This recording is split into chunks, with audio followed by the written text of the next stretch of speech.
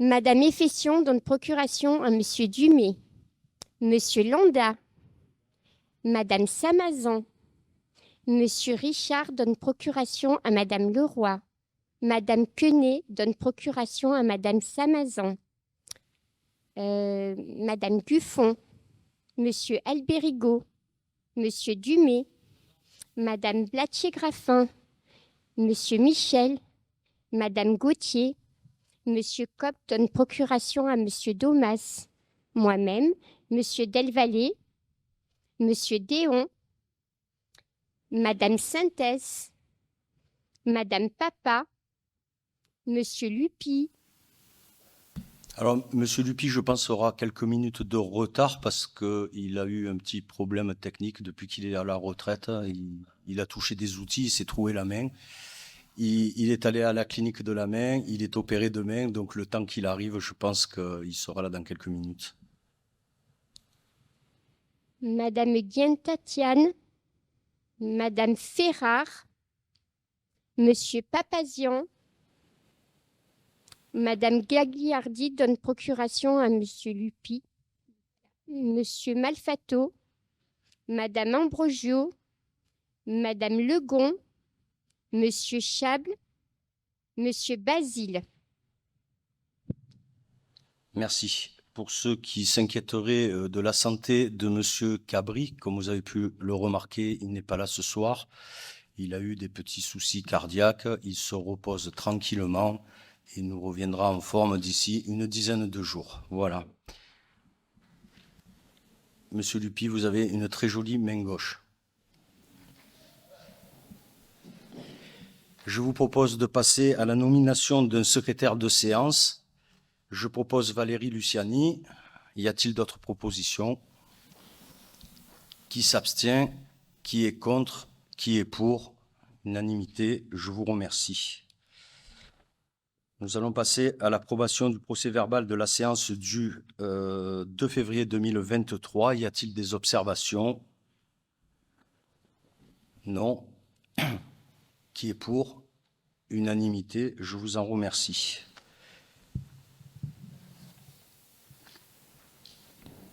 Décision du maire, Valérie. 2023-05, modification des tarifs communaux. Voilà, il n'y a qu'une modification. Ça concerne les tarifs pour les spectacles, comme on s'y était engagé. Les spectacles pour les jeunes de moins de 12 ans et pour les personnes handicapées est gratuit. L'ordre du jour, vous l'avez tous reçu. Donc, nous allons passer à la première délibération. Reversement à un agent de la somme perçue par la collectivité au titre d'une aide versée par le Fonds d'insertion des personnes handicapées dans la fonction publique territoriale. Donc, je vais vous résumer. C'est un fonds qui est perçu par le FIPHFP, que tout le monde connaît, le Fonds pour l'insertion des personnes handicapées dans la fonction publique. Ce fonds a été versé donc à cet organisme. Cet organisme nous l'a versé et nous le reversons à la personne qui est dans notre commune, dans notre mairie, pardon. Donc, il est proposé au conseil municipal d'autoriser le versement de la somme de 1 700 € à l'agent pour lequel la demande d'aide a été faite et d'autoriser monsieur le maire à signer tout document nécessaire à l'exécution de la présente délibération. Il est dit que les crédits nécessaires sont inscrits au chapitre 011, charges à caractère général du budget communal. Y a-t-il des observations? Qui est pour? Unanimité, je vous en remercie. Monsieur Patrick Côté-Moine, création d'un emploi permanent de responsable de l'événementiel. Bonsoir à tous. Alors, considérant que les emplois de chaque collectivité sont créés par l'organe délibérant de la collectivité, que suite à des départs au sein de la collectivité, il convient de fixer l'effectif des emplois nécessaires au bon fonctionnement des services, de modifier le tableau des effectifs, que l'avis de la commission administrative générale ressources humaines et communication a été sollicité en date du 14 février 2023. J'expose à l'Assemblée que la création d'un emploi permanent de responsable de l'événementiel est justifiée par le besoin de la collectivité dans le cadre d'une réorganisation de services. Donc sa mission, c'est mettre en œuvre la politique municipale événementielle, travailler en mode projet pour la préparation et l'organisation des événements avec les autres services municipaux concernés ainsi que les tiers, et s'assurer du bon déroulement des événements et participer à leur promotion en accompagnement du service communication.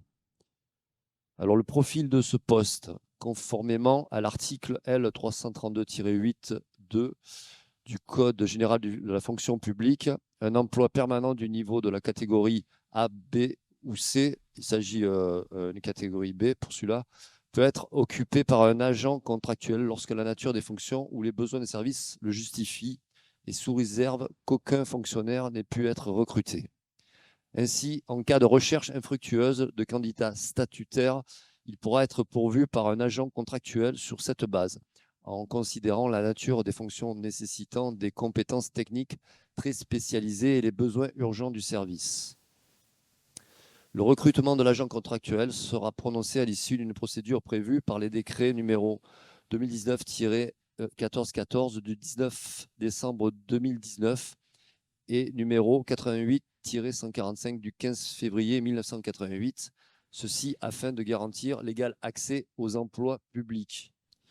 Il est proposé donc au conseil municipal de créer un emploi permanent de responsable de l'événementiel dans les conditions susvisées, de modifier en conséquence le tableau des effectifs et d'autoriser Monsieur le maire à signer des actes administratifs correspondants. Il est dit que les crédits nécessaires seront inscrits au chapitre 012, charges de personnel du budget communal. Voilà. Merci. Y a-t-il des questions? Oui.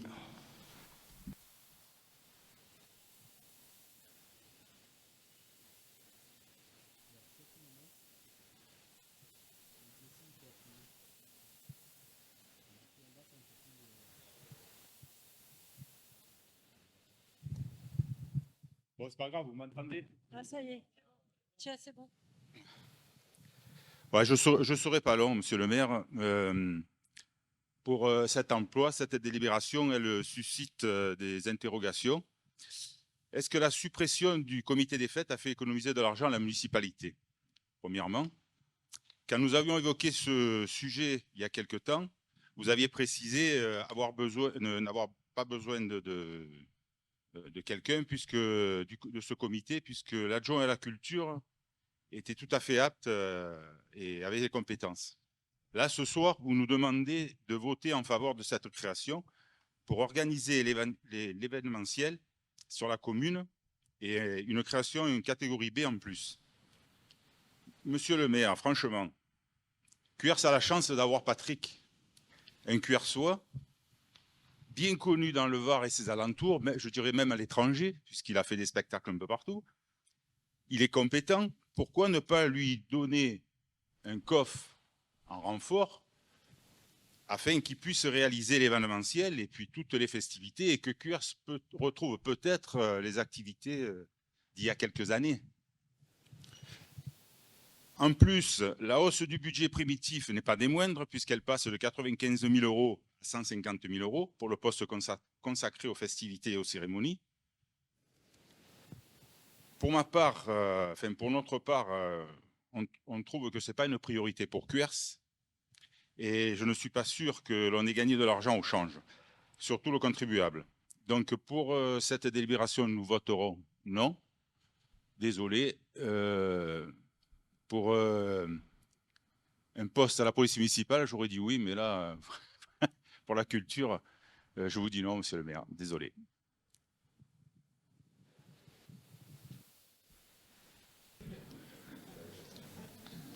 Alors, concernant la police municipale, je vais vous répondre ce soir. Je communiquerai, non, mais puisque tu en parles, c'est pas le sujet de la délibération, mais puisque tu en parles. Aujourd'hui, nous avons un nouveau policier municipal qui est rentré. Petite parenthèse, concernant la culture, on sait très bien que dans le groupe Front National, c'est pas... Eh oui, et ma foi, vous avez une étiquette. La culture, on sait que c'est pas votre cheval de bataille. Concernant mon adjoint, ben oui, un adjoint à la culture, de renommée mondiale, puisqu'on le voit de partout. Je vous rappelle qu'un adjoint, il fait partie, c'est la partie politique, et un fonctionnaire, c'est la partie qui fait fonctionner. Donc pour faire fonctionner, oui, il faut des fonctionnaires, et c'est pour ça que nous recrutons. Concernant les festivités à Cuers, je pense que personne ne s'en est plaint l'année dernière, puisque nous avons fait même le buzz avec le spectacle de drone. Donc voilà. Y a-t-il d'autres questions?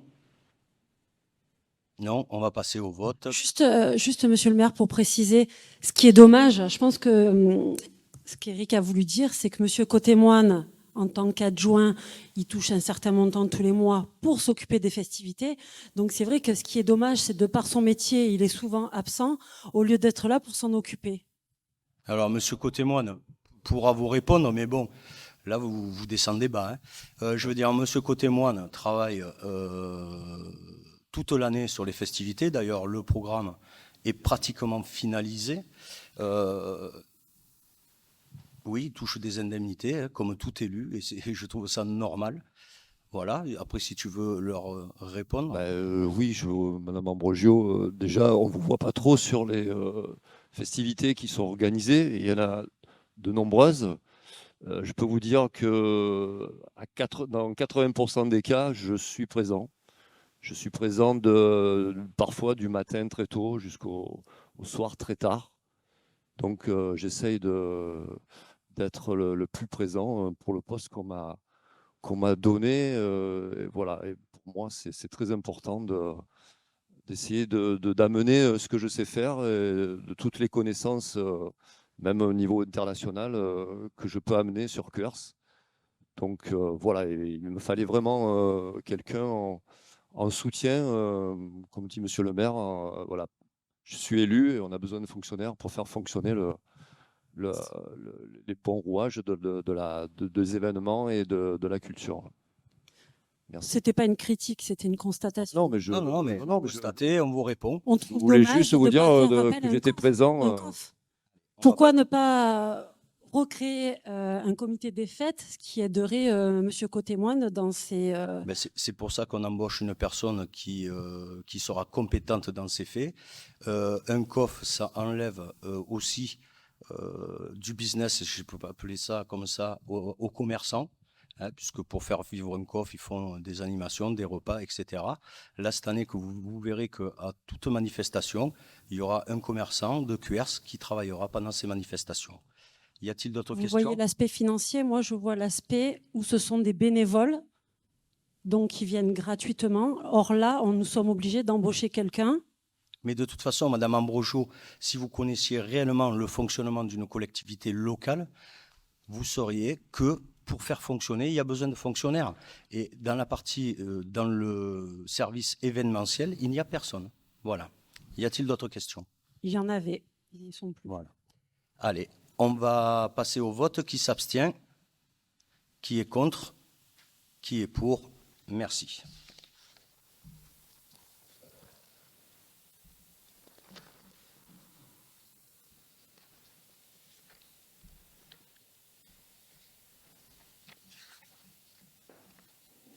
Reprise anticipée des résultats 2022 du budget de la ville, Monsieur Dany Dumay. Bonsoir tout le monde.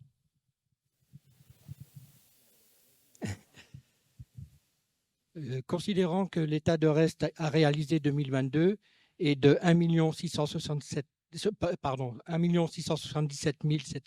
700 euros 39 en dépenses d'investissement et 1 035 222 euros 49 en recettes d'investissement, soit un solde de moins 642 477 euros 90. L'avis favorable de la commission numéro 2, Finances, Proximité, Sécurité, Famille, Loisirs, en date du 9/2/2023. J'expose à l'Assemblée que l'article L.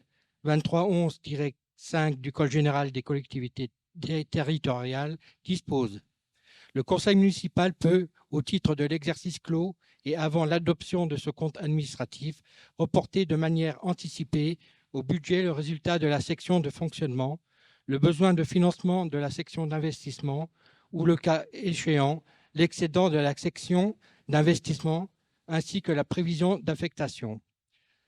Si le compte administratif fait apparaître une différence avec les montants reportés par anticipation, l'Assemblée délibérante procède à leur régularisation et à leur reprise du résultat dans la plus proche décision budgétaire suivant le vote de compte administratif et en tout l'état de cause avant la fin de l'exercice. La reprise anticipée doit être justifiée par une fiche de calcul du résultat prévisionnel établie par l'ordonnateur et attestée par le comptable. Voilà. Vous avez la fiche là. Il est proposé au conseil municipal de décider la reprise anticipée des résultats 2022 de la ville de Cuers selon l'état 6 juin. Merci, Monsieur Dumay. Y a-t-il des questions? Non. On va passer au vote. Qui s'abstient? Qui est contre? Qui est pour? Unanimité, je vous en remercie. Vote des taux d'imposition pour la commune.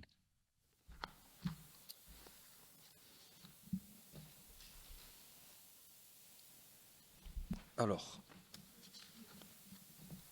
il est proposé au conseil municipal de fixer comme suit les taux des impôts directs locaux à percevoir au titre de l'exercice 2023.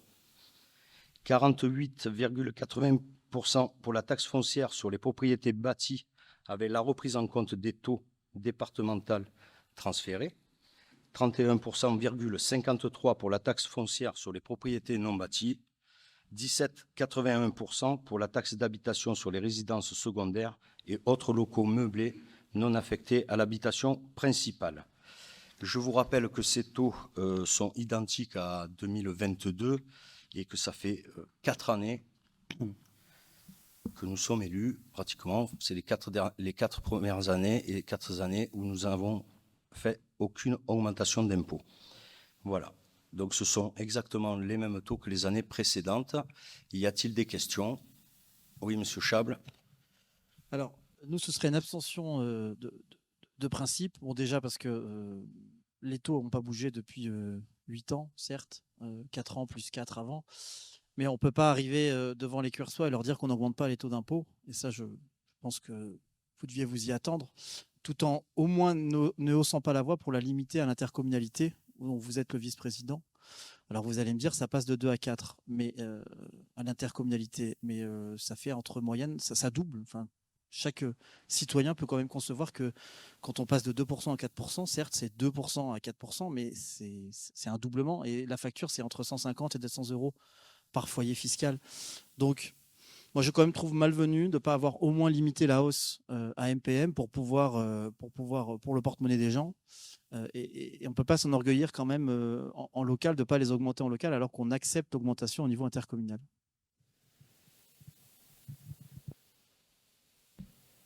Merci. Alors là, on parle bien sûr de taxes communales. Pour revenir à MPM, vous connaissez la conjoncture comme tout le monde. Une communauté de communes, c'est comme une commune. Ça a besoin de l'imposition pour fonctionner. Les 6 maires étaient présents lors de cette concertation et décision. Oui, nous avons augmenté de 2%. Par contre, quand vous dites que ça fait 150 euros par ménage, il faudra me le prouver parce que moi, quand je fais le calcul pour moi-même, je suis très, très loin de ces 150 euros. Voilà. Y a-t-il d'autres questions? Non. Qui s'abstient? Qui est contre? Qui est pour? Je vous remercie. Ça me fait drôle parce que sur le rapporteur, il y a écrit Monsieur Cabri chaque fois. Révision des autorisations de programme et crédits de paiement. Donc, c'est la même règle que chaque année, je vous le rappelle. Je rappelle la volonté municipale d'inscrire sa gestion dans des plans pluriannuels avec une projection à moyen terme avec la mise en place d'autorisations de programmes et crédits de paiement. Que dans le cadre de l'ajustement du plan pluriannuel d'investissement, il est proposé de réviser, clôturer et créer les autorisations de programmes de crédit de paiement suivants. Donc, il y a un tableau qui vous est proposé. Donc, en ce qui concerne les travaux de rénovation des terrains de tennis pour 2023, c'est un montant de 70 000 euros. En révision de l'APCP relative aux travaux de voirie pour l'année 2023, c'est un montant de 40 000 euros. Pardon 400 000, pardon. 40 000, on serait loin du compte. La révision de l'ACPC relative aux travaux de Jean Jaurès pour 2023, c'est 2 millions d'euros. La révision concernant le complexe sportif Paul Roquefort, c'est 895 000 euros. La révision relative aux travaux d'accessibilité pour l'année 2023, c'est 70 000 euros. Par contre, nous clôturons l'aménagement d'un parking au centre-ville pour 50 000 euros. Et la création de l'APCP relative aux travaux de performance énergétique pour un montant prévu en 2023 de 220 000 euros. Je vous rappelle quand même que ce marché a été signé fin d'année 2022 et que les premiers travaux qui vont être réalisés dans les mois à venir, voire même les semaines, c'est le changement de tous les coffrets électriques de la ville, car comme je vous l'ai déjà rappelé, ces coffrets ne sont pas aux normes, donc comme ils ne sont pas aux normes, ils ne sont pas en sécurité. Et dans les premiers éclairages que l'on va changer, que ce soit les candélabres ou les poteaux directement, il y aura une programmation dessus avec une baisse de l'intensité. Alors tout sera à LED et une baisse de l'intensité de 11h du soir à 23h à 5h du matin de 50%. Voilà. Il est proposé donc au conseil municipal d'approuver les révisions, clôture et création d'autorisation de programmes et de crédits de paiement présentés ci-dessus. Y a-t-il des questions? Monsieur Chable. Oui, d'abord, bon, information que vous venez de donner, donc c'est concernant pour les travaux de performance énergétique et l'éclairage. Donc déjà, merci d'avoir choisi l'option de diminuer l'intensité plutôt que de couper l'éclairage la nuit. Déjà, ça c'est ça là-dessus, on vous suivra, il n'y a pas de souci. Les expériences montrent que bon, dans les villes de 10-12 000 habitants, dans les petites communes, on peut, mais là, bon, très bien. Ça, on vient de l'apprendre, c'est très bien. Mais d'autre part, donc l'année précédente de mémoire et l'année d'avant, on s'était abstenu sur votre maquette APCP parce que c'est votre politique et c'est vos choix. Cette année, on votera contre et vous le savez, je vous en ai parlé. Parce que je suis sûr et je suis prêt à prendre le pari avec qui que ce soit qu'on ne reverra pas l'APCP du parking et qu'on acte officiellement là l'abandon d'un parking fait par la municipalité en centre-ville. Alors, les explications que vous me donnez, pourquoi pas, hein, le fait que justement, vu que le projet est décalé, on est statutairement tenu de supprimer la PCP, je peux l'entendre.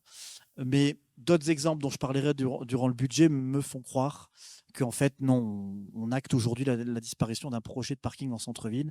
Et c'est pourquoi c'est sur ce point précis sur lequel on votera contre. Merci. Pour répondre à votre question, j'ai fait travailler le CAUE. On les a rencontrés encore hier après-midi, je crois, sur le projet. Et il y a une étude qui est faite sur un parking au centre-ville. Donc le projet n'est pas abandonné. Voilà, Monsieur Chable. Mais nous en avons discuté dans mon bureau il y a quelques jours. Voilà. Y a-t-il d'autres questions? Non, nous allons passer au vote. Qui s'abstient? Qui est contre? Qui est pour? Je vous en remercie. Monsieur Robert Michel, subvention 2023 accordée par la ville de Cuers. Considérant la volonté municipale de soutenir le tissu associatif local de la ville de Cuers et vu l'avis favorable de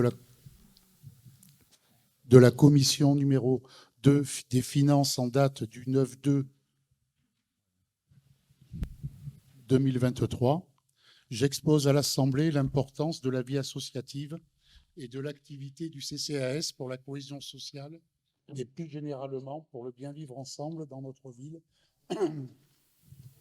a fortiori dans le contexte sanitaire auquel nous sommes confrontés.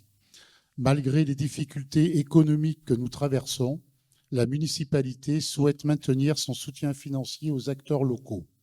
C'est pourquoi le budget alloué à ces structures restera globalement inchangé pour 2023. On vous propose d'approuver le versement des subventions aux associations et aux CCAS indiqués sur la liste ci-jointe pour l'année 2023.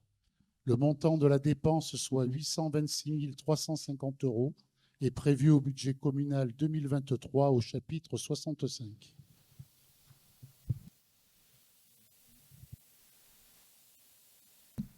Y a-t-il des questions? Non, nous allons passer. Oui.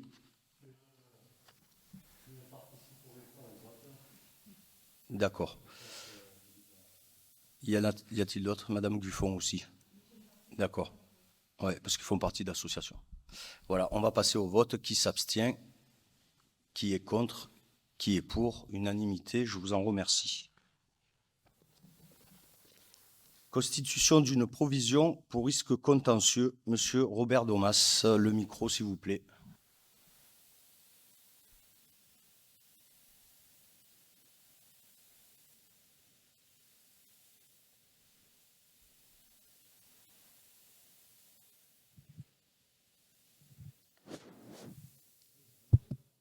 Bonsoir tout le monde. Considérant la collectivité a l'obligation de constituer une provision dès la survenance de risques réels et l'avis favorable de la commission numéro 2, Finances, Proximité, Sécurité, Famille, Loisirs, en date du 9 février 2023, j'expose à l'Assemblée qu'une requête numéro 220-327-9-1 a été déposée au tribunal administratif de Toulon par un tiers à l'encontre de la commune de Cuers concernant le refus de déclaration préalable d'une pergola pour supporter les panneaux photovoltaïques. La collectivité ayant versé un mémoire en défense pour ce litige, il convient aujourd'hui de constituer une provision afin de couvrir le risque et le coût financier estimé à hauteur de 2 500 € qui pourrait en découler.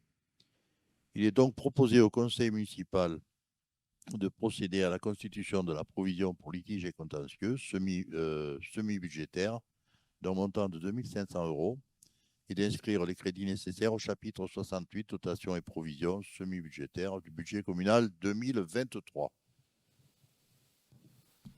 Merci, Monsieur Domas. Y a-t-il des questions? Non. On va passer au vote. Qui s'abstient? Qui est contre? Qui est pour? Je vous en remercie.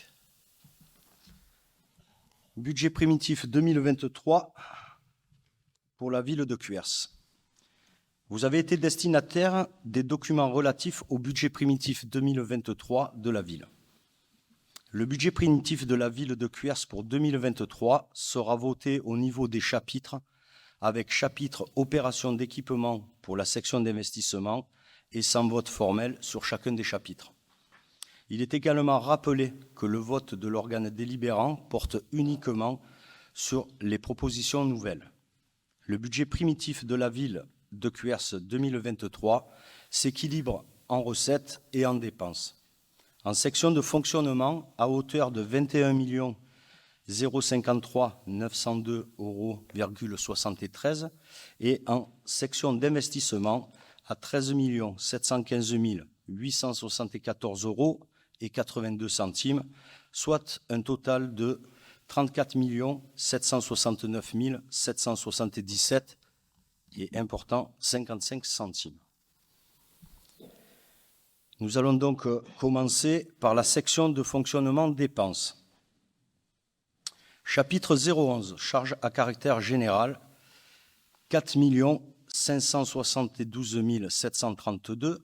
Chapitre 012, charges de personnel, 7 425 000 €. Chapitre 014, atténuation de produits, 550 000 €. Chapitre 023, virement à la section d'investissement, 3 641 234 et 57 centimes. 042 et 68, opérations d'ordre, 3 264 705 €. Chapitre 65, autres charges de gestion, 1 165 000, chapitre 66, charges financières, intérêts 382 731 €, chapitre 67, charges exceptionnelles, 50 000 € et le chapitre 68, dotation prévision, 2 500 €, le tout pour un total de 21 053 902 € et 73 centimes. De BP à BP, nous pouvons constater une évolution de 11,6% des charges à caractère général avec la prise en compte de l'inflation et des coûts de l'énergie, les coûts du carburant, nos actions dans la performance énergétique, les opérations programmées d'amélioration de l'habitat et la numérisation des autorisations d'urbanisme. Les charges de personnel évoluent à plus 7,6% afin de prendre en compte le glissement vieillesse et technicité et le parcours professionnel, carrière et rémunération nationale. L'augmentation décidée nationalement d'augmenter de 3,5% le point d'indice a alourdi mécaniquement de 200 000 € en année pleine sur le 0,12, tout comme les mesures prises sur les bas salaires. La subvention versée au CCAS pour l'année 2023 est prévue à hauteur de 750 000 € et le maintien d'un soutien au tissu associatif pour un montant d'environ 80 000 €. Les charges financières ont une évolution prévisionnelle très prudente, à plus 24,8%. Le montant des intérêts d'emprunt estimé pour 2023 est de 385 000 € par anticipation de notre dette à taux variable lié au marché. Nous continuons par la section de fonctionnement recettes. Chapitre 02, résultats reportés 5 588 231 et 73 centimes. Le chapitre 013, atténuation de charges, 110 000 €. Le chapitre 042, opération d'ordre, 996 148 €. Le chapitre 70, produits de services, 400 000 €. Le chapitre 73, impôts et taxes, 11 614 500. Le chapitre 74, dotation de participation, 1 615 023 centimes. 0,23 et 0 centimes, pardon. Le chapitre 75, autres produits de gestion courante, 730 000 €, pour un total de 21 053 902 € et 73 centimes. Nous avons choisi la prudence sur les produits des services et des domaines, impact du contexte incertain, pour un montant de 400 000 €. Pour la 4e année consécutive depuis mon élection, j'ai le plaisir de vous annoncer, comme je vous l'ai rappelé tout à l'heure, qu'il n'y aura pas d'augmentation d'impôts. Le produit fiscal est estimé à 8 500 000 pour 2023. L'estimation des reversements de la communauté des communes Méditerranée Porte des Morts de l'attribution de compensation est de 973 000 €. Le fonds de péréquation des ressources communales et intercommunales à 112 000 €. La dotation de solidarité communautaire est à 870 000 €. Quant à la dotation de l'État, la dotation forfaitaire est estimée à 650 000 €. La dotation de solidarité urbaine à 324 000 €. La dotation nationale de péréquation à 399 000 €. C'est similaire à l'année 2022.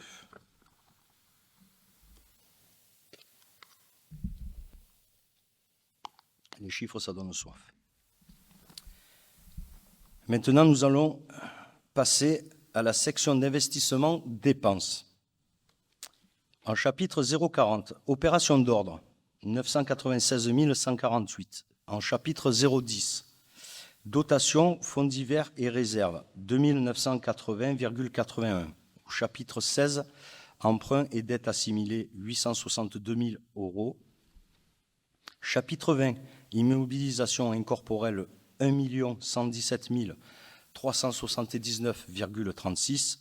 Sur le chapitre 21, immobilisation corporelle, 3 092 695,78. Le chapitre 23, immobilisation en cours 3 796 162 et 38 centimes. Sur le chapitre 4581, opération sous mandat, place Audibert, 60 046,49. Sur le chapitre 41, opération patrimoniale, 133 442 euros. La PCP 2201, travaux de voirie, 400 000 euros. La PCP 2204, travaux d'extension et réhabilitation du groupe scolaire Jean Jaurès, 2 millions d'euros. La PCP 2205, travaux de restructuration du complexe sportif Paul Roquefort, 895 000 euros. La PCP 2206, travaux de rénovation des terrains de tennis, 70 000 euros. La PCP 2209, travaux d'accessibilité, 70 000 euros. La PCP 2303, travaux de performance énergétique, 220 000 euros. 220 020 euros. Pour un total de 13 715 874 euros et 82 centimes.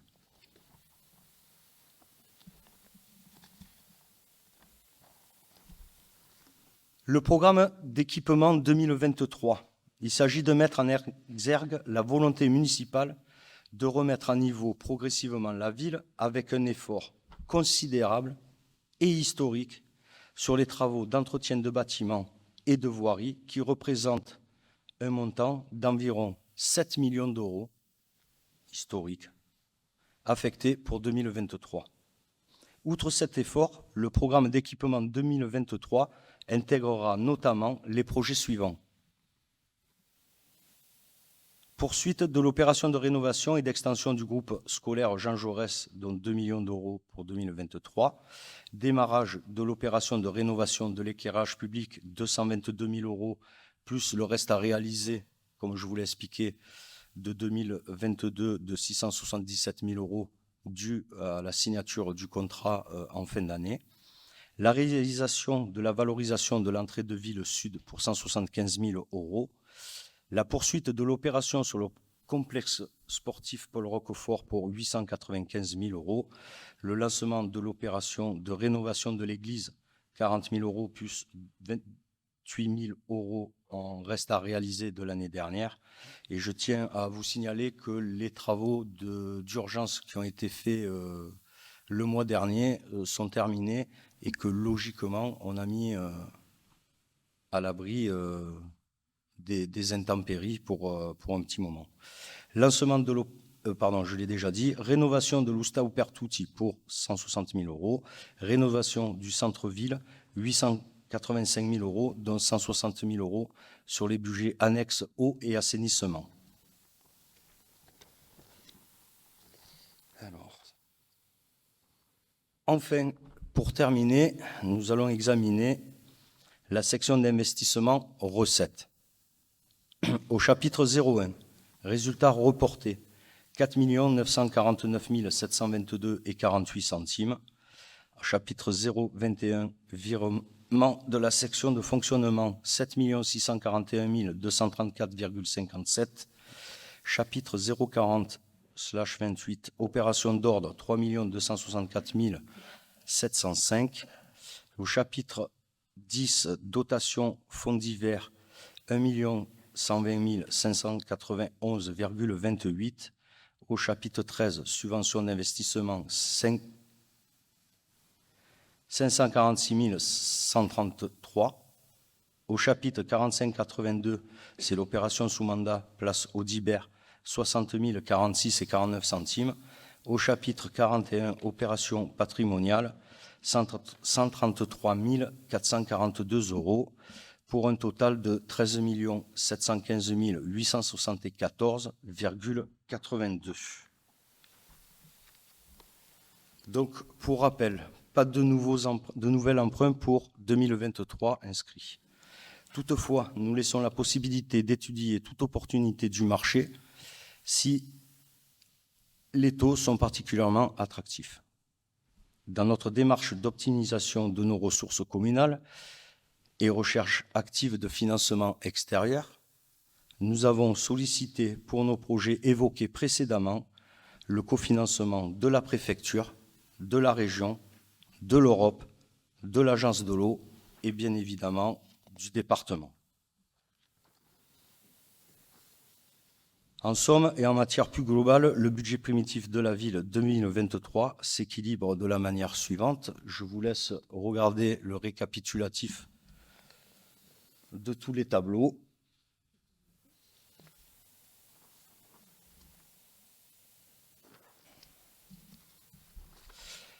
Comme évoqué précédemment, notre résultat reporté en recettes de la section de fonctionnement s'élève à 5 588 231,73.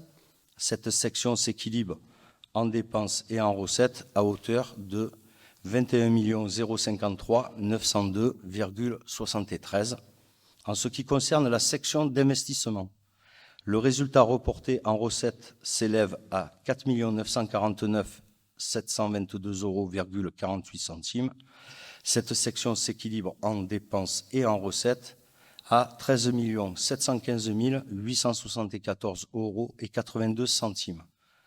Il est donc proposé au Conseil municipal d'approuver le budget primitif 2023 de la commune tel que présenté 6 juin, appuyé de tous les documents et toutes les annexes concernées.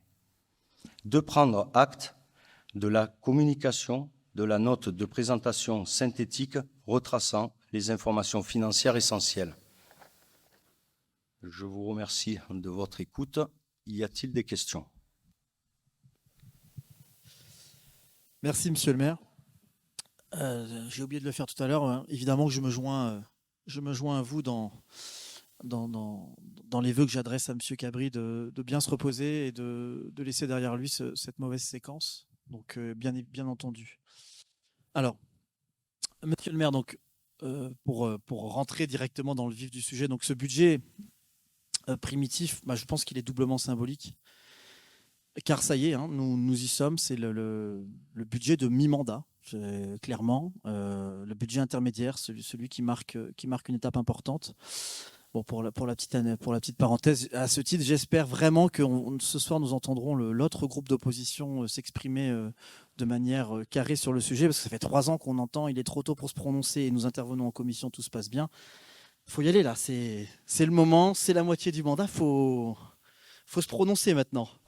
Bon, je referme la parenthèse. Non, il a une autre signification, ce budget, c'est qu'en fait, il marque le début des premiers grands travaux. Ça y est, 3 ans, ce fut long, mais on y va. 3 ans à accumuler les excédents, à reporter d'une année sur l'autre. On n'emprunte pas. 3 ans d'un budget, moi, que je considère suspendu dans le temps. Et effectivement, les chiffres, ils sont assez impressionnants.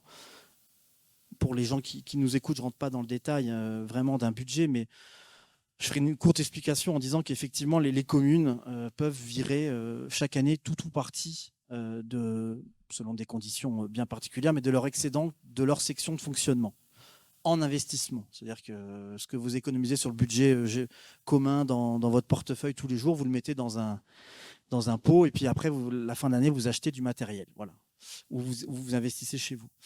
Et en fait, en 2021, ce virement vers la section d'investissement, il était de 832 000 €. En 2022, 2,4. Et en 2023, ce sera 3,6. Et en fait, on accumule ces recettes de fonctionnement. Le report d'une année sur l'autre, c'était 3,2 millions en 2021, 4,7 en 2022, 5,5 en 2023. Donc, et la stratégie, monsieur premier adjoint, monsieur Cabri, on a parlé lors du débat d'orientation budgétaire, elle commence à peine à se dévoiler, on le regrette, mais elle se dévoile quand même, c'est de financer Jean Jaurès en finissant le mandat avec un endettement peu ou prou identique à celui du début de mandat, mais en ayant passé ce cap de Jean Jaurès, financement donc qu'on fera en partie avec tous ces excédents cumulés.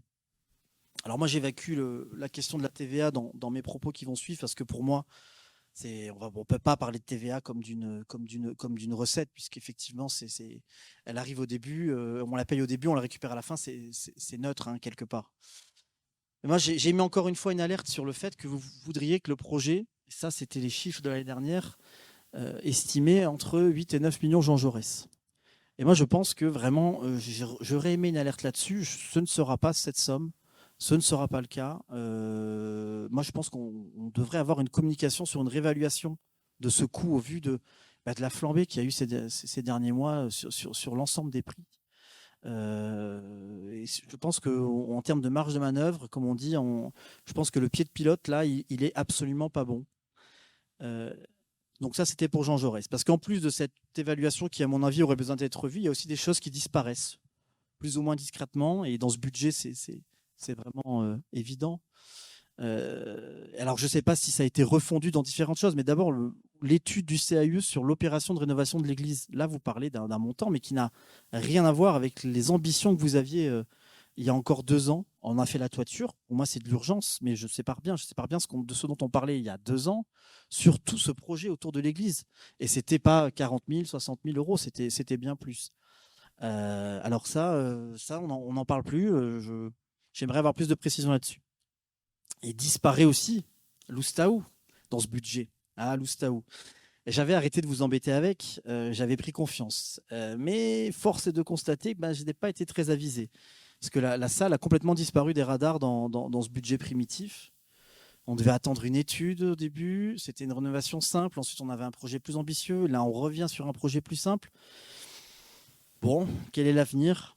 Le parking, ça j'en ai parlé dans les APCP. Moi, chat échaudé craint l'eau, je pense qu'il ne reviendra jamais ce parking. On verra. Et quand les choses ne disparaissent pas, elles ne changent pas non plus dans ce budget.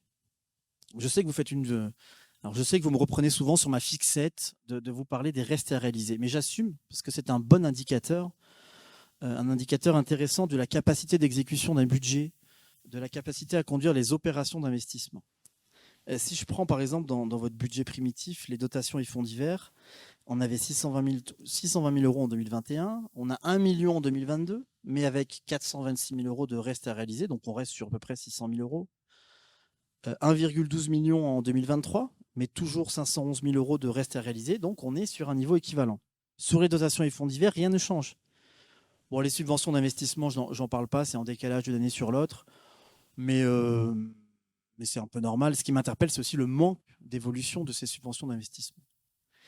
Et à côté de ça, on laisse aussi filer des subventions. Dans ce budget, je ne retrouve pas l'utilisation des 200 000 euros dont j'ai parlé dès 2020, prévu sur le CRET de l'intercommunalité, l'ancien, qui était prévu pour la rénovation de la place du Coq. On ne sait toujours pas si ces 200 000 euros promis par la région seront affectés ailleurs.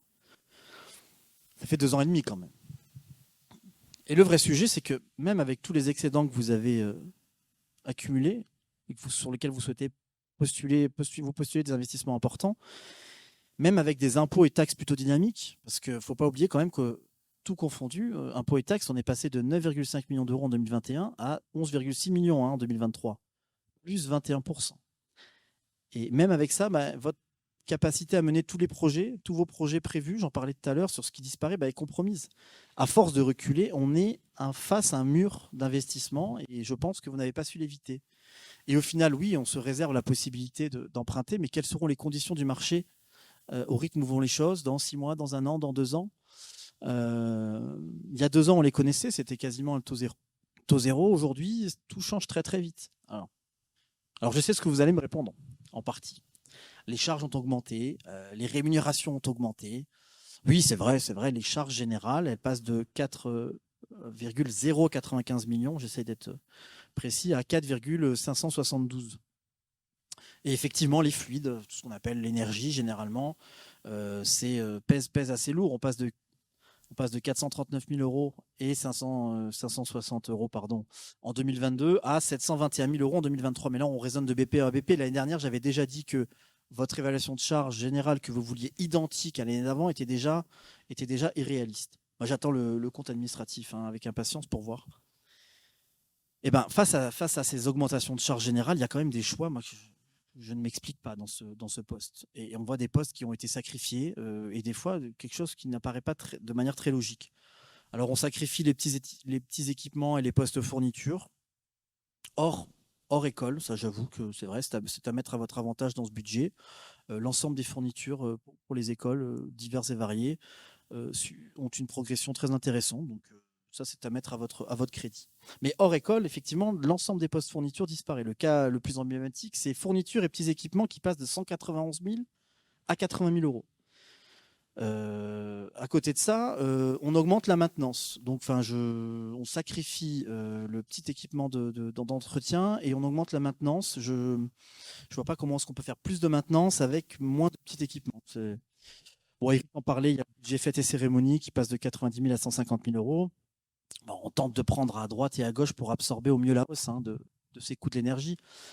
Mais dans votre stratégie, il y a plus l'impression de pile ou face que d'une vraie stratégie. Et un truc qui m'interpelle, et je le redis, chaque année, c'est le budget entretien et réparation de voirie. Alors, on ne va pas revenir sur le débat de l'année dernière. Moi, je parle bien du fonctionnement. Je ne parle pas de votre plan d'investissement pluriannuel qui veut qu'on refasse des rues complètement. Je parle de l'entretien au quotidien. Il passe de 577 000 à 405 000 euros. On n'a pas baissé l'entretien de 177 000 euros en refaisant uniquement le collet de blanc et j'ai oublié le nom de la rue suivante, toutes mes excuses, mais voilà, ça n'a pas baissé l'entretien. Donc ça veut dire quoi? Ça veut dire que concrètement, les gens vont devoir attendre que leur rue soit complètement refaite de A à Z et qu'ils n'auront plus droit de l'entretien courant. Là vraiment, là-dessus, il faut m'expliquer pourquoi est-ce qu'on baisse tant le budget entretien de la voirie, parce que je ne parle pas que de refaire la route, je parle de l'entretien de tous les jours. Un équilibre doit être trouvé entre refaire la route complètement et puis entretenir du tout la route. Alors, pour conclure un peu sur les rémunérations qui ont augmenté. Alors, moi, vraiment, je suis désolé, mais en dehors du dégel qu'on peut trouver mérité, on pourrait en discuter, mais qui est mérité vraiment, je pense, pour les bas salaires et pour les catégories C, donc en dehors du dégel du point d'indice, les raisons de la hausse sont aussi à chercher de votre côté. Prenez les agents titulaires. Si je prends leur rémunération, le principal, les indemnités, je cumule. C'était 4, alors je vous fais grâce des centimes, vous m'excuserez. C'était 4,497 000 euros. Et cette année, c'est 4,666 000 euros. Effectivement, on retrouve ce que vous avez dit. Mais alors, l'augmentation, elle est aussi à chercher du côté de la rémunération des non-titulaires. C'est-à-dire toutes les délibérations que nous voyons passer sur des emplois permanents, sur des postes contractuels, sur ce que je dis à chaque fois. Et effectivement, la rémunération des non-titulaires, elle est passée de 271 000 à 542 000 euros. Alors, je me suis mal exprimé, ce n'est pas ceux qui sont actuellement qui ont doublé leur salaire. C'est que vous avez embauché beaucoup de contractuels. Et on se tourne systématiquement vers les emplois, de plus en plus vers des emplois permanents, des emplois contractuels, etc. Alors, c'est bien de recruter des personnes talentueuses, je ne suis pas contre. Mais encore, et ça je le redis pour la 2e ou 3e année consécutive, mais encore faut-il créer en interne l'organisation permettant de dénicher ses propres talents, de faire évoluer intelligemment son personnel, parce qu'après, sinon on est condamné toujours à se reporter sur l'extérieur. Et là-dessus, dans ce BP, je ne vois toujours pas ce manque de stratégie, je ne vois toujours pas cette stratégie. Il y a un manque de stratégie sur la mise en place de ce processus permettant la montée en compétences et la recherche de ressources humaines en interne, qui pourrait, quelque part, permettre d'éviter toujours de devoir faire appel à l'extérieur. Et voilà, donc pour conclure, sur tous les éléments que j'ai dit, notre groupe, en tout cas ce soir, n'est toujours pas convaincu par votre budget et il reste beaucoup d'interrogations. Merci. Merci, Monsieur Chable. Monsieur Lupi.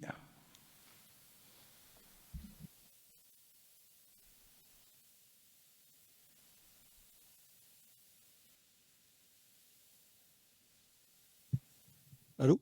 On m'entend? Ouais. Bon, c'était pas prévu. J'avais pas trop prévu de parler aujourd'hui parce que je suis un peu dans les effluves de l'anesthésie. Mais nous, notre groupe est resté, dans un premier temps, il est resté attentif pendant 3 ans, comme a dit Monsieur Chable.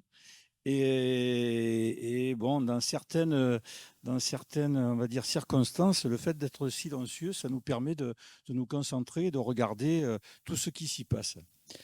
Alors, qu'est-ce qui s'y passe? Il s'y passe qu'au départ, on a été dans l'observation et à l'heure actuelle, on est un peu dans l'étonnement, mais l'étonnement favorable.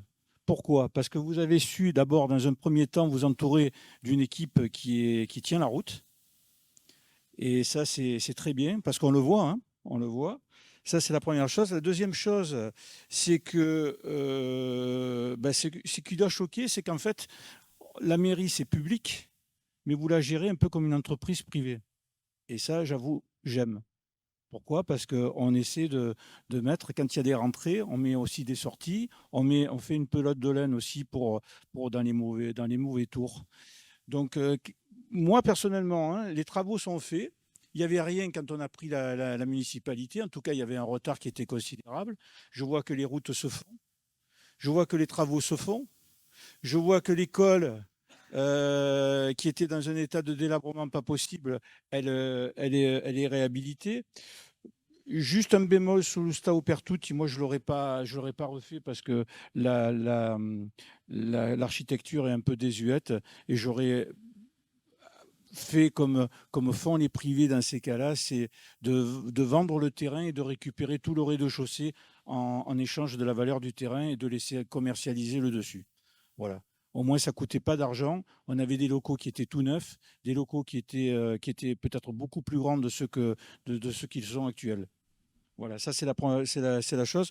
Après les parkings, bon, ben, on peut pas tout faire, hein. On a encore 3 ans. Les parkings pour le moment c'est pas à l'ordre du jour. Mais je pense que déjà on a une mairie qui s'est pas endettée plus. Ça c'est une bonne chose. Ça veut dire que si il y a un coup dur qui se passe dans les 3 prochaines années, elle aura un recours à l'emprunt qui sera quand même assez important pour faire face par rapport à d'autres communes qui sont exsangues. Voilà, en gros, je ne suis pas d'accord sur un mur d'investissement. Je pense que le mur, il y a des failles. On est en train d'y passer au travers.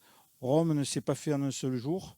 Et en tout cas, nous, on constate le positif. Et le positif, il y en a. Donc, on restera attentif. On participe aux commissions et on participe activement parce qu'on ne peut pas nous reprocher de ne pas y participer dans la mesure où on est toujours là. On dit ce qu'on pense. Vous nous faites la gentillesse et l'honneur de modifier quand ça va aussi dans votre sens. Donc, pour nous, on continue comme ça. Voilà. Merci. Alors, pour répondre à certains questionnements concernant l'endettement, l'endettement à la fin du mandat sera inférieur à l'endettement de 2020 quand nous avons récupéré, même si vous n'êtes pas d'accord, Monsieur Chable, moi j'ai déjà fait les calculs, il sera inférieur. Vous parliez de l'Ustao Pertutti, parce que ça me revient de suite. Comme vous avez dit, on sort d'une crise Covid. J'avais toujours dit la crise Covid pendant ces 1 an ou 2 de Covid, ça ne nous posera pas trop de problèmes. Par contre, la sortie du Covid sera très dure. En plus de cela, on n'avait pas prévu qu'il allait y avoir une guerre et que tout était fabriqué du côté de l'Est là-bas. Donc oui, sur l'Ustao Pertutti, je suis revenu en arrière. Il y avait un projet, comme je vous l'avais expliqué, Monsieur Chable, avec à l'étage 3 salles pour les associations. Sur Cuers, nous avons, si je peux appeler ça comme ça, 80 nounous à peu près. Donc il était prévu anciennement un RAM, maintenant ça s'appelle un relais petite enfance, plus le reste de la salle, puisque au sol nous avons 240 mètres carrés, une salle qui resterait pour les associations, pour les réunions, etc., qui pouvait être divisée en 2.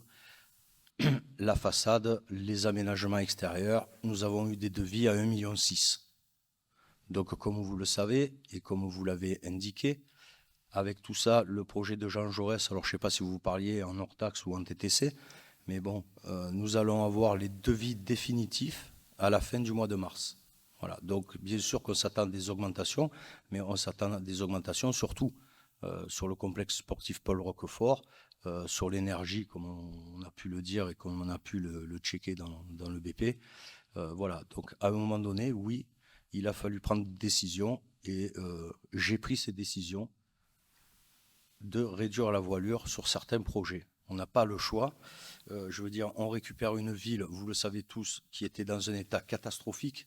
Le travail qu'on a fait en 2 ans et demi, 3 ans, je trouve qu'il est remarquable quand même. Il n'y a pas que du négatif. Donc, il y a quand même beaucoup d'argent à investir. Les subventions, elles sont demandées. Vous savez très bien que les subventions, on ne peut pas les demander tant que le projet n'est pas ficelé et chiffré. Donc, toutes les subventions ont été demandées.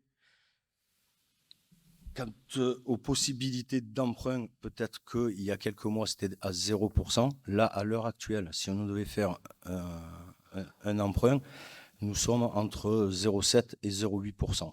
Voilà. Y a-t-il d'autres questions? On va passer au vote. Donc, si mes souvenirs sont bons, je vous demande de prendre acte. Elle est où ma dernière feuille? De prendre acte des documents fournis et de voter le budget 2023. Qui s'abstient? Excusez-moi, je suis désolé, c'était pas clair. De prendre acte de Donc, la communication de la note des présentations synthétiques. Oui. Parfait. On prend acte, il n'y a pas de souci. Maintenant, on passe au vote. Voilà. Oui. Voilà, c'est parce que j'ai plus le jeu. Et donc, de passer au vote du BP. Donc, qui s'abstient? Qui est contre? Qui est pour? Je vous remercie.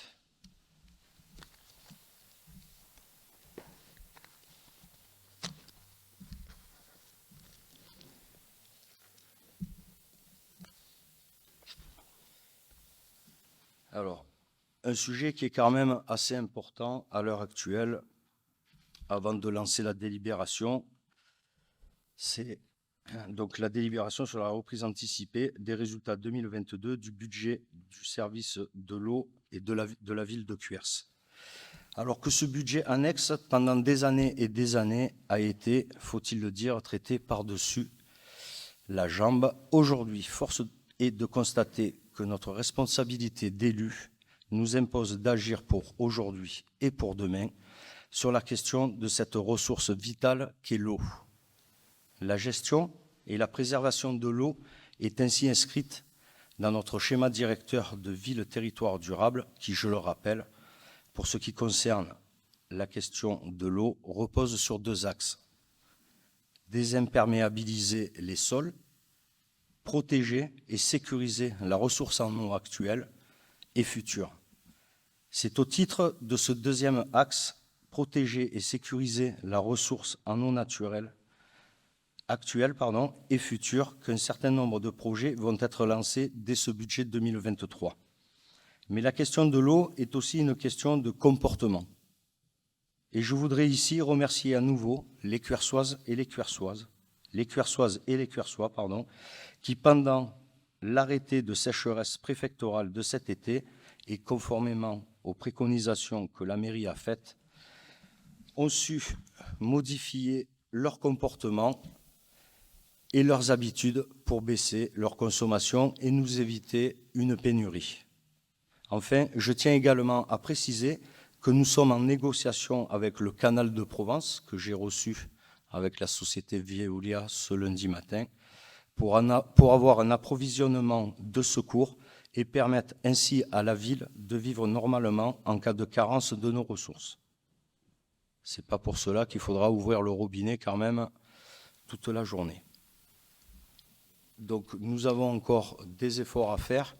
Il va falloir qu'on fasse attention parce que comme vous avez pu le voir dans l'actualité, eh bien, dans toute la France et même dans les pays limitrophes, Angleterre, Italie, j'ai vu vos informations aujourd'hui, nous allons tous avoir de grosses problématiques sur l'eau.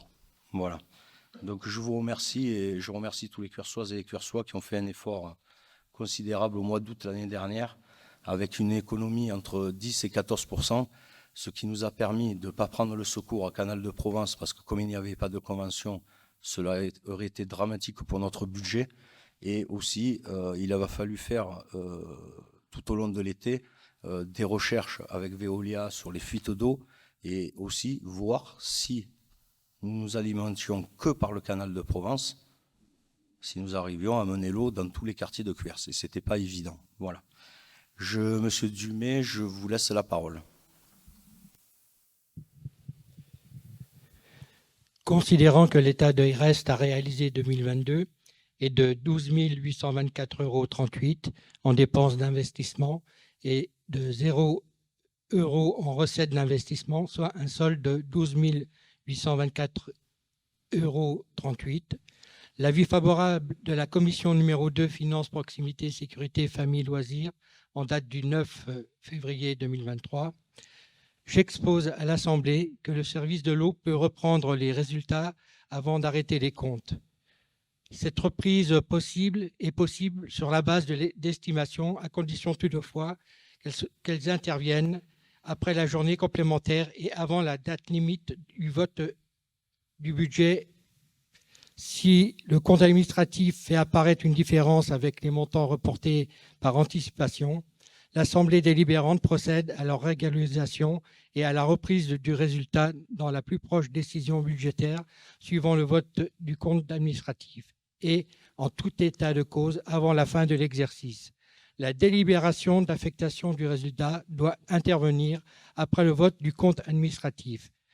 La reprise anticipée doit être justifiée par la fiche de calcul du résultat prévisionnel établie par l'ordonnateur et attestée par le comptable. Il est proposé au conseil municipal de décider la reprise anticipée des résultats 2022 du budget de l'eau, du service de l'eau, et selon l'État ci-joint.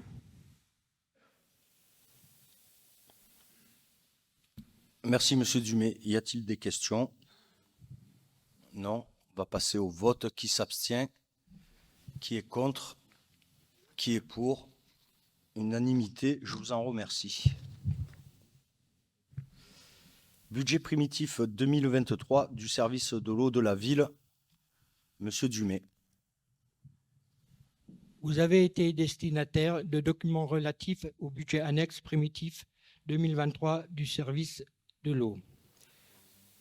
Au 1er janvier 2022, le budget annexe du service de l'eau est articulé hors taxe. Le budget primitif des services de l'eau 2023 sera voté par chapitre, sans vote formel sur chacun des chapitres. En fonctionnement et en investissement, sans vote formel sur les chapitres opérations d'équipement. Il est également rappelé que le vote d'organes délibérants porte uniquement sur les propositions nouvelles. Le budget primitif du service de l'eau 2023 s'équilibre en recettes et en dépenses. En section de fonctionnement à hauteur de 1 785 753,97 €, en section d'investissement à 1 611 349,62 €, soit un total de 3 397 003,59 €.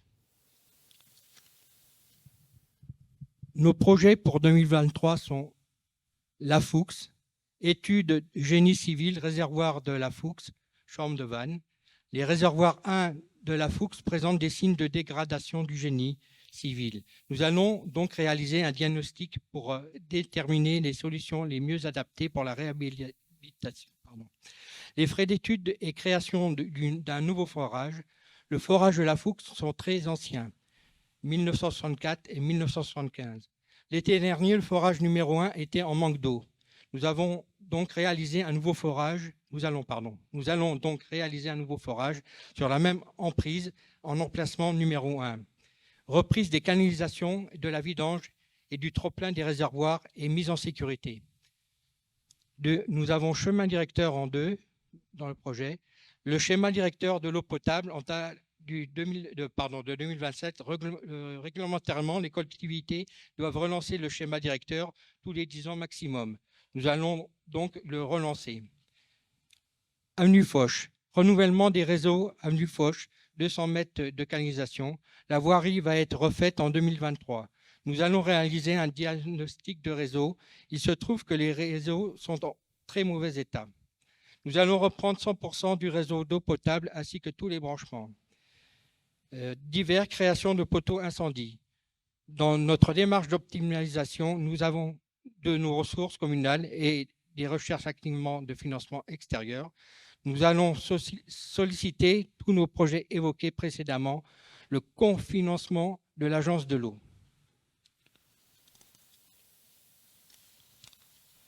En somme, et en matière plus globale, le budget primitif du service de l'eau 2023 s'équilibre de la manière suivante.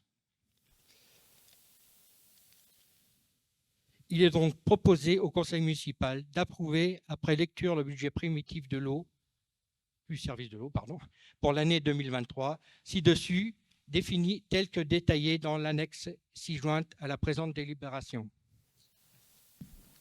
Merci. Y a-t-il des questions? Non. On va passer au vote. Qui s'abstient? Qui est contre? Qui est pour? Merci.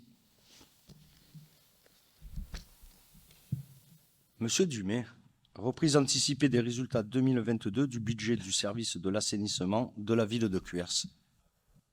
Considérant que l'état des restes à réaliser 2022 est de 36 018,56 € en dépenses d'investissement et de 0 € en recettes d'investissement, soit un solde de 36 018,56 €, l'avis favorable de la commission numéro 2, Finances, Proximité, Sécurité, Famille, Loisirs, en date du 9/02/2023, j'expose à l'Assemblée que le service de l'assainissement peut reprendre les résultats avant l'arrêt des comptes. Cette reprise est possible sur la base d'estimations, à condition toutefois qu'elles interviennent après la journée complémentaire et avant la date limite du vote des budgets. Si le compte administratif fait apparaître une différence avec un montant reporté par anticipation, l'Assemblée délibérante procède à leur régularisation et à la reprise du résultat dans la plus proche décision budgétaire, suivant le vote de compte administratif et, en tout état de cause, avant la fin de l'exercice. La délibération d'affectation du résultat doit intervenir après le vote du compte administratif. La reprise anticipée est justifiée par la fiche de calcul du résultat prévisionnel établie par l'ordonnateur et attestée par le comptable joint à la présente délibération. Il est exposé à l'Assemblée que le compte administratif prévisionnel de l'année 2022 fait ressortir un résultat suivant. Résultat excédent de la section fonctionnement est de 1 014 940,10 €.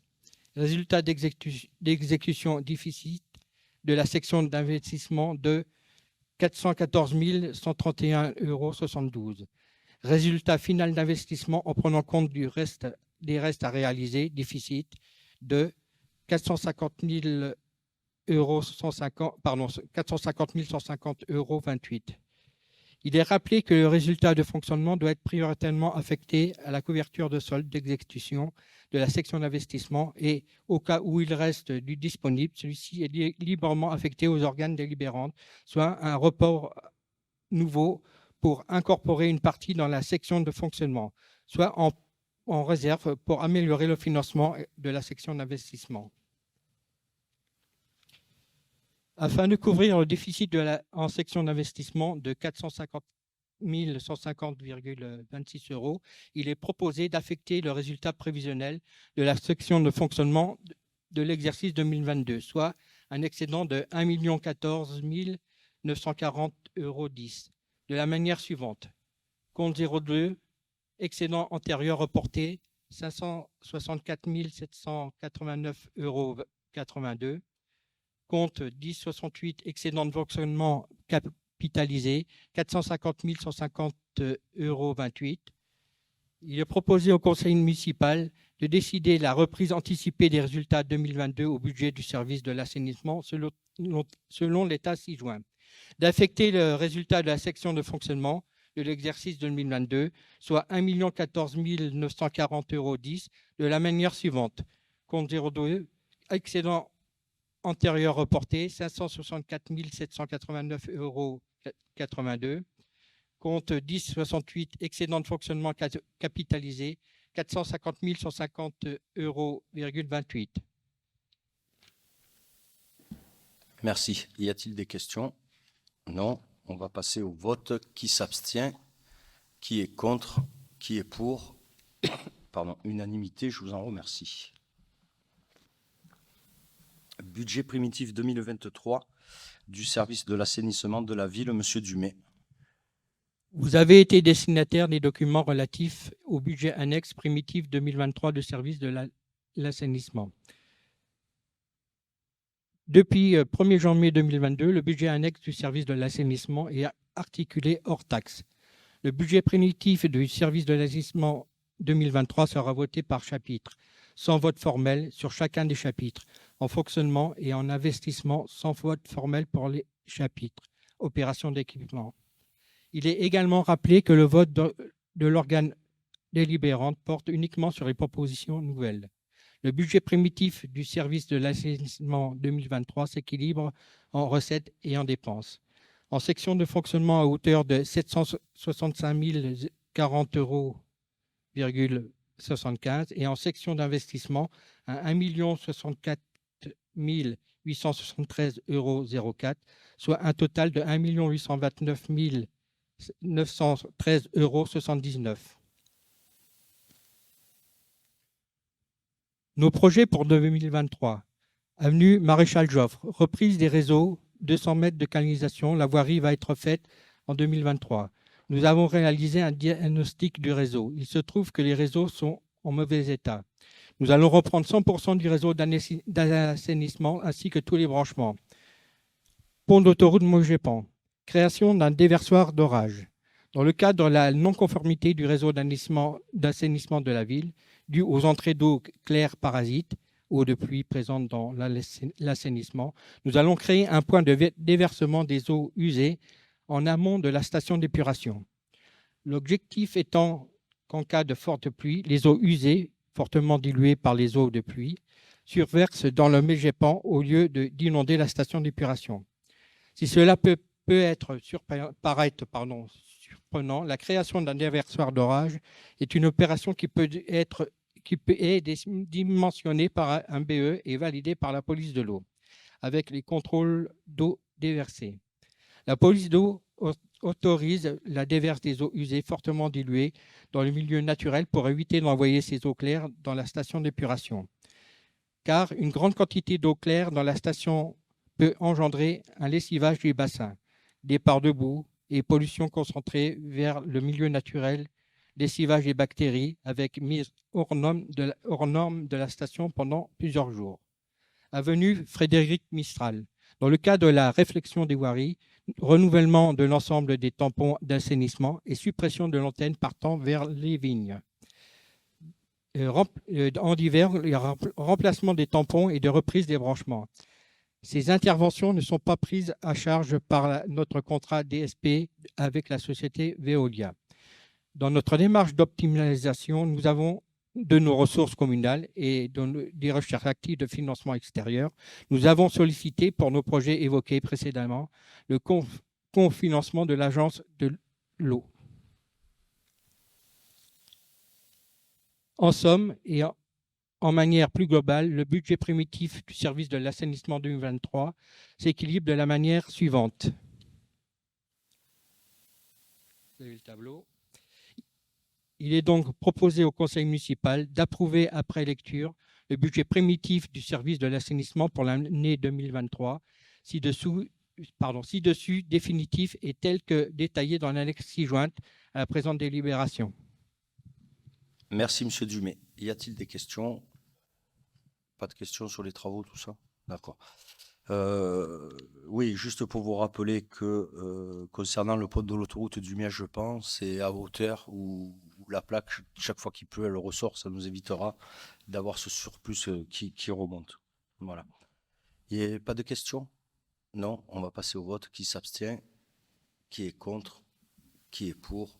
Je vous remercie.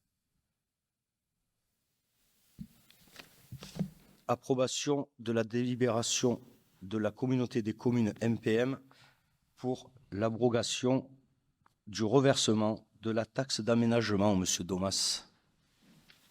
J'expose à l'Assemblée que l'article 15 de la loi numéro 2022-1499 du 1er décembre 2022 de finances relatives pour 2022 modifie l'article 1379 du Code général des impôts, CGI, afin de disposer que le reversement de la taxe d'aménagement perçue par la commune à son EPCI ou groupement est facultatif sur délibération concordante.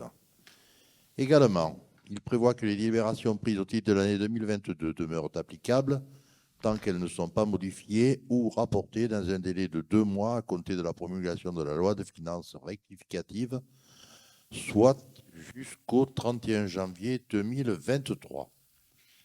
Par ailleurs, l'article 141 de la loi 2022-1726 du 30 décembre 2022 de finances pour 2023 modifie l'article 15 susvisé et ouvre la possibilité de délibérer à ce titre également pour modifier ou rapporter le reversement prévu pour l'année 2023. Ainsi, la communauté de communes Méditerranée Porte des Morts, ayant décidé de rapporter la délibération actant le reversement de la part communale de la taxe d'aménagement à la communauté des communes, le reversement est supprimé de manière concordante au niveau de la commune de Cuers. Il est donc proposé au conseil municipal de prendre acte de la délibération de la communauté des communes Méditerranée Porte des Morts, actant de la suppression du reversement de la taxe d'aménagement si annexée. Je vous remercie. Merci, Monsieur Domas. Y a-t-il des questions? On va passer au vote. Qui s'abstient? Qui est contre? Qui est pour? Unanimité, je vous remercie. Monsieur Jean-Claude Albérigot. Reconduction du dispositif d'aide à l'acquisition de vélos électriques pour l'année 2023. Il marche le micro.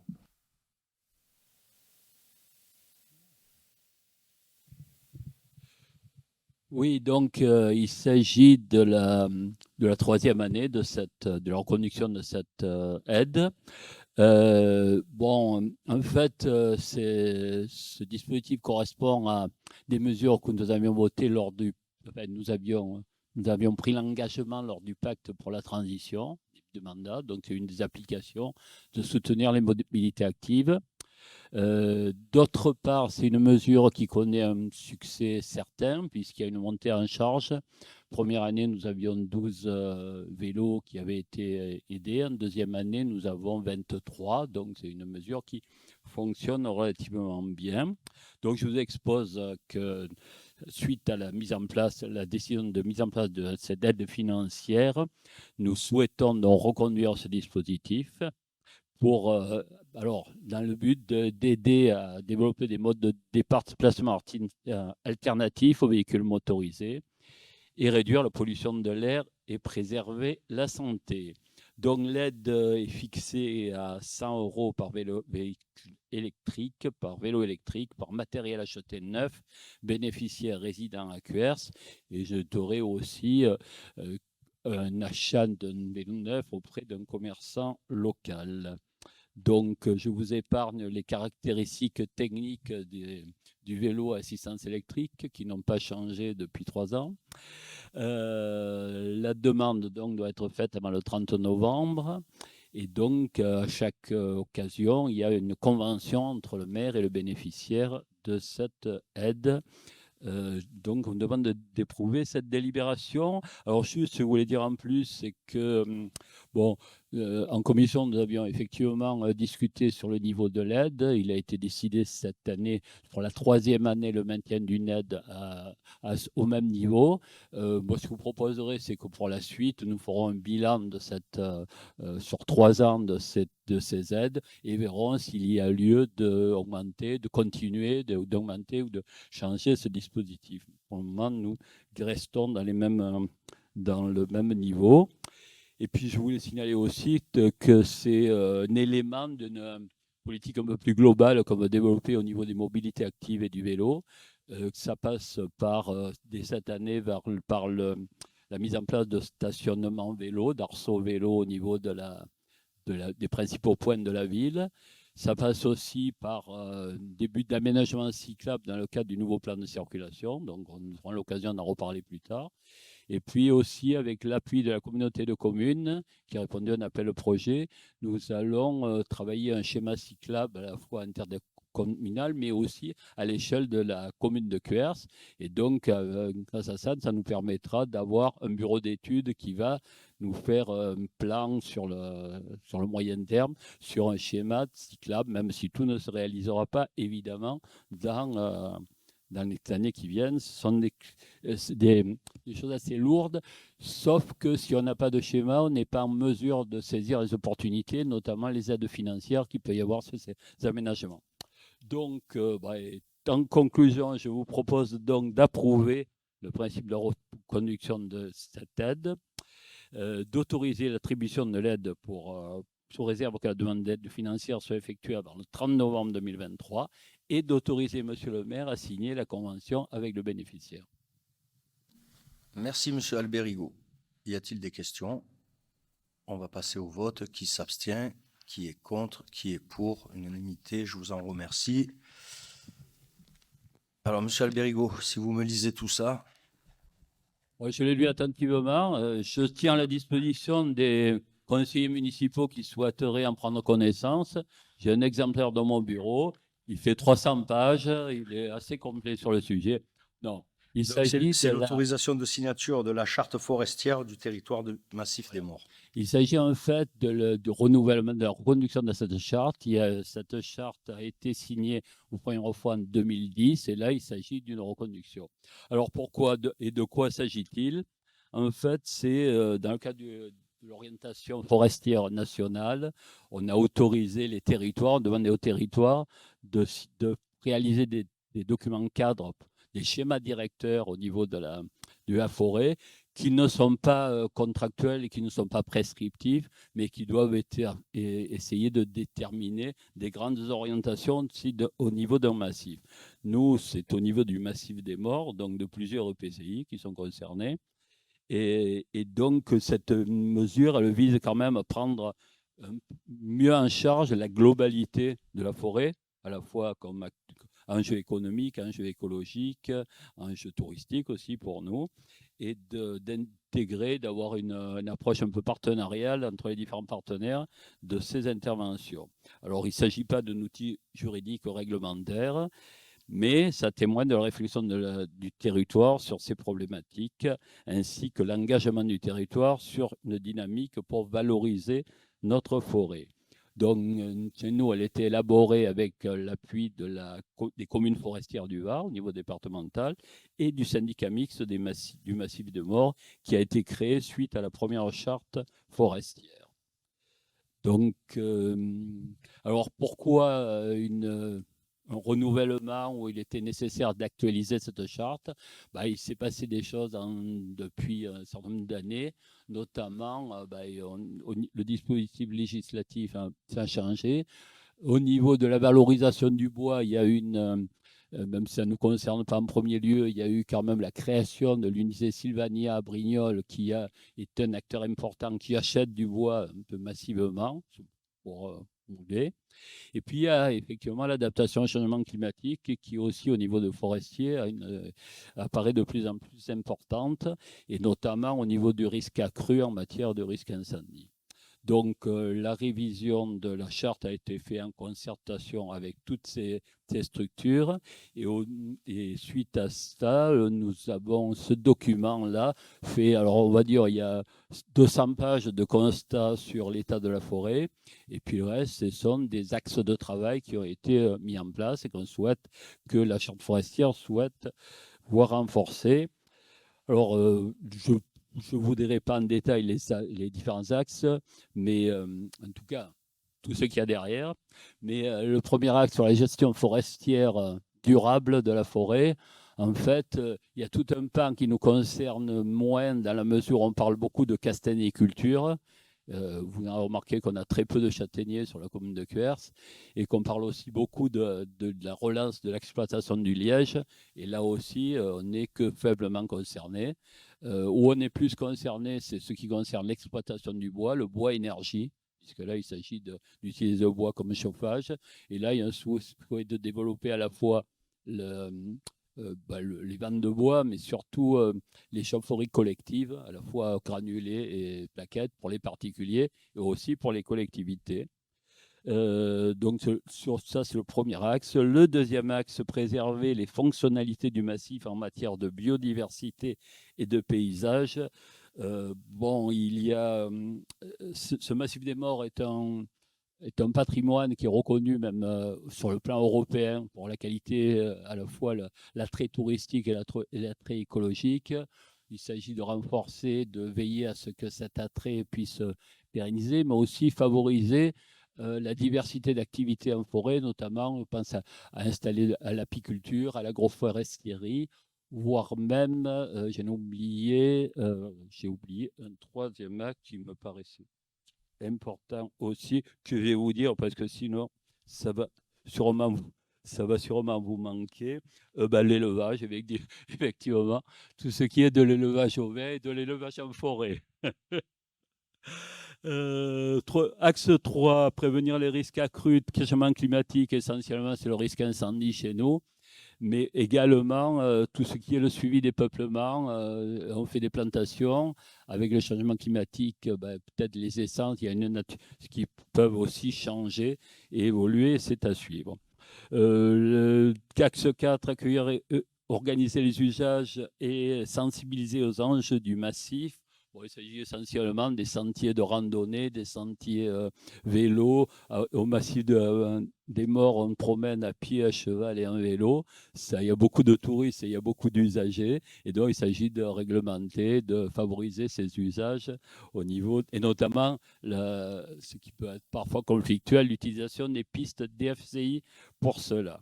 Voilà, j'en ai terminé avec les 300 pages dans un délai assez court, bon, on connaîtrait. Donc, je demande d'autoriser le maire à signer la charte forestière du massif des Morts, d'approuver les termes de cette charte. Je vous remercie. Merci pour ce résumé, monsieur Alberigo.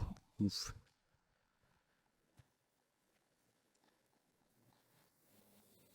Allez, on passe au vote. Qui s'abstient? Qui est contre? Qui est pour? Unanimité, je vous en remercie. On finit par le spectacle. Monsieur Patrick Côté-Moine, autorisation de signature de la convention de mise à disposition de matériel pour l'association Coudon Concert Band. Alors, moins de talent que M. Alberigo pour les résumer. Monsieur Côté-Moine, j'ai une petite demande. Ah. Madame Sénator voudrait que vous lisiez vraiment le nom des instruments. Merci. Je veux le faire avec plaisir, Madame Sénator. Donc voilà, considérant que dans le cadre de sa politique culturelle, la commune de Cuers souhaite développer l'offre musicale pour les Cuersois, que l'association musicale Coudon Concert Band, association régie par la loi du 1er juillet 1901, souhaite mettre à disposition à titre gratuit pour une durée de 4 ans des instruments de musique, que la commission finances, proximité, sécurité, famille, loisirs a été consultée en date du 9 février 2023. J'expose à l'Assemblée que les instruments de musique mis à la disposition de la commune permettront aux bénéficiaires de l'école municipale de Cuers de découvrir de nouveaux instruments tels que le Glockenspiel, voilà, c'est une sorte de xylophone, le gong wua, un stand de gong, des maillotches, un xylophone Concorde 4002, j'espère qu'il ira au bout celui-là, et des fly pour son xylophone Concorde 4002 ou encore une grosse caisse. Voilà. Le dynamisme de l'école de musique n'est plus à démontrer. Voilà, ce jour, il y a 180 élèves qui sont inscrits. On peut aller jusqu'à 183, donc il reste 3 places. Fort de celui-ci et grâce à ce prêt, l'école municipale de musique souhaite expérimenter la mise en place d'une harmonie municipale. Donc l'harmonie municipale participera à la vie cuersoise au travers de nombreuses manifestations tout au long de l'année, telles que les cérémonies du 8 mai ou du 11 novembre, les concerts, les journées du patrimoine, la fête de la musique, les concerts de Noël et aussi pour nos célèbres majorettes, bien sûr. Le répertoire de l'harmonie sera très varié, allant de la musique classique aux musiques de film, en passant par le jazz, la variété et les compositions originales pour musique d'harmonie. Voilà, cette harmonie sera une source de motivation supplémentaire pour les élèves et de satisfaction pour les parents et la population. Voilà, il est donc proposé au conseil municipal d'autoriser monsieur le maire à signer tout document nécessaire à la mise en œuvre de cette convention. Voilà, juste entre parenthèses, le 19 mars, il y a l'harmonie de Toulon qui vient jouer, le 19 mars à 16h dans cette même salle. Voilà, c'en est tout. Merci, monsieur PCM. Y a-t-il des questions, pardon? On va passer au vote. Qui s'abstient?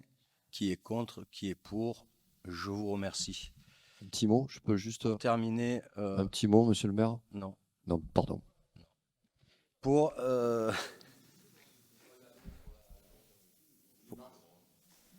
je fais. Donc, pour clôturer ce conseil municipal, et avant de le clôturer, comme chaque conseil, quelques petites informations générales. Donc, le Cuers Mag est sorti. Afin de répondre à nos engagements éco-responsables, nous avons choisi de ne plus distribuer le magazine municipal dans les boîtes aux lettres. Quelques exemplaires sont mis à disposition aux accueils de l'hôtel de ville, à la bibliothèque, à la maison des seniors, ainsi que dans les maisons de retraite.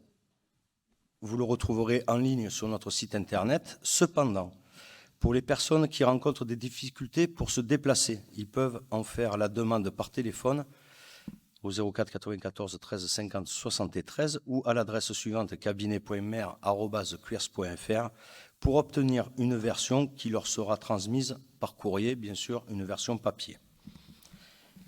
Marché des producteurs. Conformément à nos engagements en faveur de l'animation des centres-villes et de la promotion des produits du terroir, nous allons accueillir sur le parvis de l'école Jean Jaurès, place de la Convention, à partir du dimanche 5 mars, donc à partir de ce dimanche, un marché de producteurs 2 fois par mois jusqu'à la fin juin 2023. Concernant le 8 mars, Monsieur Cotémoine, la journée de la femme, du droit international de la femme. Depuis plusieurs années déjà, la date du 8 mars suscite un engouement particulier où chacun célèbre à sa manière la journée internationale des droits de la femme. Une période où, pour chacune d'entre elles, c'est l'occasion de proclamer au grand jour leur féminité, leurs droits et devoirs avec honneur et pragmatisme. Voilà pourquoi la municipalité a choisi cette date pour accueillir au théâtre de l'Abattoir une exposition qui met en lumière le parcours de 11 jeunes femmes réfugiées, un homme puissant à toutes ces femmes pour leur résilience et leur exemplarité à lutter pour la vie. Ça sera suivi après de Quers s'active. Quers s'active, c'est le forum de l'emploi. Donc j'ai le plaisir de vous informer que la ville de Quers va accueillir et inaugurer le 9 mars prochain la prochaine édition de son forum de l'emploi, baptisé à cette occasion Quers s'active. La recherche d'un emploi n'est pas une mince affaire, la quête est semée d'embûches. Aider nos jeunes dans leur première démarche, proposer de nouvelles opportunités aux salariés qui ont envie d'opérer une reconversion. C'est le rôle de notre forum Quers s'active. Alors, je vous demanderai tous de passer au pôle culturel dès 9h du matin le 9 mars prochain, où seront présents de nombreux partenaires qui vont répondre aux besoins des Quersoises et des Quersois qui n'ont pas la possibilité de s'offrir les services d'un coach particulier et ne disposent pas d'un réseau de relations suffisamment influent. Je vous souhaite à tous et à toutes une bonne fin de soirée. La séance du conseil municipal est levée. Merci à tous pour la bonne tenue des débats.